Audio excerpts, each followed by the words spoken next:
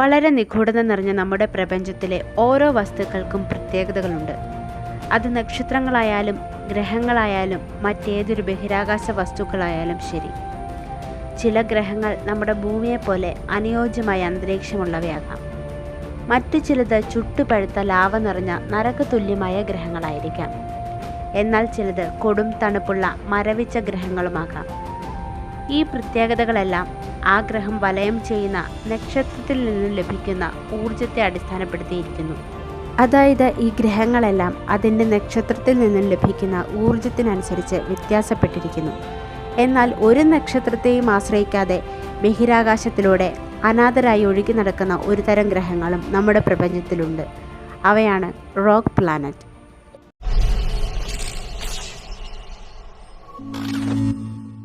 ഒരു നക്ഷത്രത്തെയും വലയം വയ്ക്കാതെ ബഹിരാകാശത്തിലൂടെ സ്വതന്ത്രമായി ഒഴുകി നടക്കുന്ന ഗ്രഹങ്ങളാണ് റോക്ക് പ്ലാനറ്റ്. ഇത്തരം ഗ്രഹങ്ങൾ നക്ഷത്രങ്ങൾക്ക് സമീപമല്ലാത്തതിനാൽ അവ ഇരുട്ടിലായിരിക്കും. അതിനാൽ ഇവയെ കണ്ടുപിടിക്കാൻ വളരെ ബുദ്ധിമുട്ടാണ്. എന്നാൽ ഇത്തരം ഗ്രഹങ്ങൾ പൂർണ്ണമായും ഇരുട്ടിലാണെങ്കിലും അവയിൽ നിന്നും റേഡിയേഷൻ ഉണ്ടാകാറുണ്ട്. അത് ഡിറ്റക്റ്റ് ചെയ്യാൻ കഴിയുന്ന ശക്തമായ ടെലസ്കോപ്പുകളുടെ സഹായത്തോടെയാണ് റോക്ക് പ്ലാനറ്റുകളെ കണ്ടുപിടിക്കുന്നത്. കൂടാതെ ഗ്രാവിറ്റേഷണൽ മൈക്രോ ലെൻസിംഗ് വഴിയും ഇവയെ കണ്ടുപിടിക്കാൻ സാധിക്കും. അതായത് പ്രകാശമുള്ള വസ്തുക്കളെ നിരീക്ഷിക്കുന്ന സമയത്ത് അതിനു മുന്നിലൂടെ മറ്റേതെങ്കിലും വസ്തു കടന്നു പോവുകയാണെങ്കിൽ പിന്നിലുള്ള വസ്തുവിൻ്റെ പ്രകാശം വളഞ്ഞു വരുന്നു. അങ്ങനെ അവിടെ ഒരു ബഹിരാകാശ വസ്തു ഉണ്ടെന്ന് മനസ്സിലാക്കാൻ സാധിക്കുന്നു.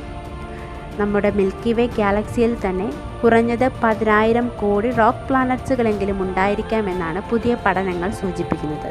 റോക്ക് പ്ലാനറ്റുകൾ പ്ലൂട്ടോയേക്കാൾ ചെറുതോ അല്ലെങ്കിൽ ജൂപ്പിറ്ററിനേക്കാൾ 10 മടങ്ങ് വലിപ്പമുള്ളതോ ആകാം. ഇവ രൂപം കൊണ്ടതെങ്ങനെയാണെന്ന് വ്യക്തമല്ല. എന്നിരുന്നാലും റോക്ക് പ്ലാനറ്റുകളുടെ രൂപീകരണത്തെക്കുറിച്ച് പല സിദ്ധാന്തങ്ങളും നിലവിലുണ്ട്.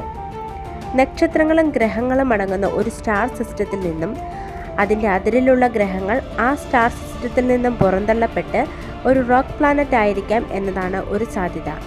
അതുപോലെ തന്നെ ഒരു ഗ്രഹത്തിൽ മറ്റൊരു വലിയ ബഹിരാകാശ വസ്തു വന്ന് കൂട്ടിയിടിക്കുമ്പോഴുണ്ടാകുന്ന ആഘാതത്തിൽ ആ ഗ്രഹം അതിൻ്റെ നക്ഷത്രത്തിൻ്റെ ഗുരുത്വാകർഷണ ബലത്തിൽ നിന്നും പുറന്തള്ളപ്പെട്ട് ഒരു റോക്ക് പ്ലാനറ്റ് ആകാമെന്നതാണ് മറ്റൊരു സാധ്യത.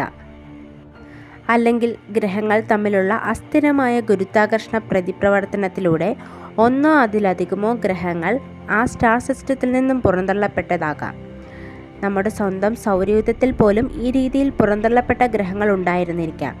അതുമല്ലെങ്കിൽ 2 സ്റ്റാർ സിസ്റ്റങ്ങൾ തമ്മിൽ പരസ്പരം കടന്നു പോകുമ്പോൾ വലിയ നക്ഷത്രമുള്ള സ്റ്റാർ സിസ്റ്റത്തിലെ നക്ഷത്രത്തിൻ്റെ സ്വാധീനം മൂലം അടുത്ത സ്റ്റാർ സിസ്റ്റത്തിലെ നക്ഷത്രത്തിൻ്റെ ഒരുപാട് അകലെയുള്ള ഗ്രഹങ്ങളുടെ ഭ്രമണപഥം തകരുകയും അങ്ങനെ അവ ആ സ്റ്റാർ സിസ്റ്റത്തിൽ നിന്നും വേർപെട്ട് ഒരു റോക്ക് പ്ലാനറ്റായി മാറുകയും ചെയ്യാം. അതുമല്ലെങ്കിൽ ഇത്തരം ഗ്രഹങ്ങൾ നക്ഷത്രങ്ങൾ ഉണ്ടാകുന്നത് പോലെ രൂപം കൊണ്ടവയാകാം. എന്നാൽ അവയ്ക്ക് നക്ഷത്രങ്ങളാകാനുള്ള മാസ് ഇല്ലാതിരുന്നതിനാൽ വെറും വാതകങ്ങൾ നിറഞ്ഞ ഗ്രഹങ്ങളായി മാറി ബഹിരാകാശത്തിൽ കൂടി ഒഴുകി നടക്കുകയും ചെയ്യാം. ഇങ്ങനെ റോക്ക് പ്ലാനറ്റ്സുകൾ ഉണ്ടാകാൻ പല സാധ്യതകളുമുണ്ട്. ഇതുവരെ ഏകദേശം 170 റോക്ക് പ്ലാനറ്റുകളെ കണ്ടെത്തിയിട്ടുണ്ട്. ഇതിൽ ഭൂരിഭാഗവും വാതകങ്ങൾ നിറഞ്ഞ ലോകങ്ങളാണ്. ഇങ്ങനെ നക്ഷത്രങ്ങളാകാൻ കഴിയാതെ പോയ റോക്ക് പ്ലാനറ്റ്സുകളെ ബ്രൗൺ ഡാർഫ് എന്നാണ് വിളിക്കുന്നത്. ഇവയ്ക്ക് ജൂപ്പിറ്ററിൻ്റെ 13 മടങ്ങ് വരെ മാസ് ഉണ്ടാകും. മറ്റ് പ്ലാനറ്റ്സുകളെ പോലെ റോക്ക് പ്ലാനറ്റ്സുകൾക്കും അതിനെ ചുറ്റുന്ന ഉപഗ്രഹങ്ങൾ ഉണ്ടാകാം എന്നാണ് നിഗമനം. ആദ്യമായി കണ്ടുപിടിച്ച റോക്ക് പ്ലാനറ്റാണ് CFB-DSIR 2149. 2012 ഈ റോക്ക് പ്ലാനറ്റിനെ കണ്ടെത്തുന്നത്. ഇത് ഭൂമിയിൽ നിന്നും 100 പ്രകാശ വർഷം അകലെയാണ് സ്ഥിതി ചെയ്യുന്നത്. ഇതിന് ജൂപ്പിറ്ററിനേക്കാളും ഏകദേശം 6 മടങ്ങ് മാസ് കൂടുതലാണ്. ശരാശരി 400 ഡിഗ്രി സെൽഷ്യസ് ആണ് ഇവിടുത്തെ താപനില. ഇതുവരെ കണ്ടുപിടിച്ചിട്ടുള്ളതിൽ വെച്ച് ഏറ്റവും ചെറിയ റോക്ക് പ്ലാനറ്റാണ് ഓഗിൾ 2016 BLG 1928. ഏകദേശം 13,000 പ്രകാശവർഷം അകലെയാണ് ഇത് സ്ഥിതി ചെയ്യുന്നത്. ഇതിന് ഭൂമിയേക്കാൾ 5 മുതൽ 10 മടങ്ങ് വരെ വലിപ്പം കുറവാണ്. എന്നാൽ ഭൂമിയുടെ അത്ര തന്നെ മാസ് ഉണ്ട് ഇതിന്. ഇതൊരു റോക്കി പ്ലാനറ്റ് ആണെന്നാണ് നിഗമനം. അതായത് ഈ പ്ലാനറ്റിന് ഖരരൂപത്തിലുള്ള ഒരു ഉപരിതലം ഉണ്ടായിരിക്കാം. ഏകദേശം 550 പ്രകാശ വർഷം അകലെ സ്ഥിതി ചെയ്യുന്ന ഒരു റോക്ക് പ്ലാനറ്റാണ് OTS 44. ഇതിന് ജൂപ്പിറ്ററിനേക്കാൾ ഏകദേശം 13 മടങ്ങ് മാസ് കൂടുതലാണ്. ഇതൊരു ബ്രൗൺ ഡാർഫാണ്, അതായത് നക്ഷത്രമാകാൻ ശ്രമിച്ചിട്ട് പരാജയപ്പെട്ടു പോയ ഗ്രഹം. ഇതുവരെ കണ്ടെത്തിയിട്ടുള്ളതിൽ വെച്ച് ഏറ്റവും വലിയ റോക്ക് പ്ലാനറ്റ്സുകളിലൊന്നാണിത്. ഇത് വാതകങ്ങൾ നിറഞ്ഞൊരു ഗ്രഹമാണ്. ഇതിൻ്റെ ശരാശരി താപനില 800 ഡിഗ്രി സെൽഷ്യസിന് മുകളിലാണ്. സാറ്റർനെ പോലെ ഈ ഗ്രഹത്തിനും നിരവധി വളയങ്ങളുണ്ട്. നമ്മുടെ മിൽക്കി വേ ഗാലക്സിയിൽ തന്നെ കോടിക്കണക്കിന് റോക്ക് പ്ലാനറ്റ്സുകളുണ്ട്.